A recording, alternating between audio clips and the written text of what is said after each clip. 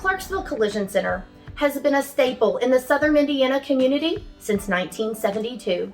I'm here with Tom Ragland, owner of Clarksville Collision Center, and they have been family owned and operated and done a lot of work for vehicles throughout the community. Tom, tell us a little bit about your history.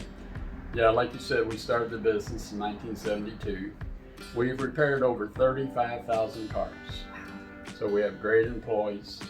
God's helped us do a lot of safe repairs, and we really appreciate our customers' business. Tom, you all invest a lot in certifications, and that's really important in the collision repair industry.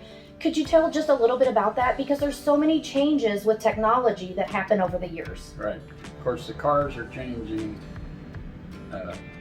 yearly, so we have to keep up with the changes that the manufacturers make.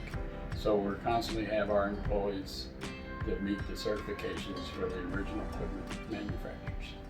If you want more information about Clarksville Collision and their certification as well as experience, visit their website at clarksvillecollisioncenter.com.